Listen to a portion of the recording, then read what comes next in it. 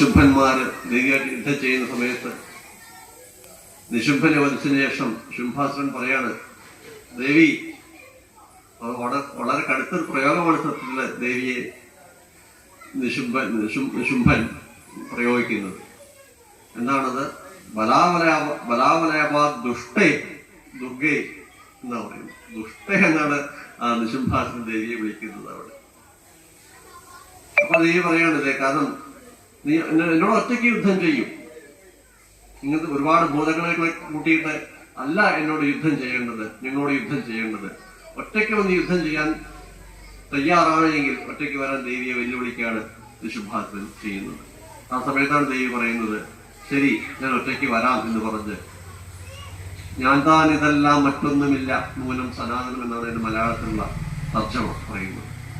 ഈ പ്രപഞ്ചത്തില് ഞാൻ മാത്രമാണ് എല്ലാം എന്ന് പറഞ്ഞ് ദേവിയുടെ എല്ലാ വിഭൂതികളെയും തന്റെ ശരീരത്തിലേക്ക് ആവാഹിച്ച് ഒരേ ഒരു ദുർഗയായി ആ നിശുംഭാസുരനോട് യുദ്ധം ചെയ്യുന്ന രംഗമാണ് പിന്നെ നമ്മൾ കാണുന്നത്.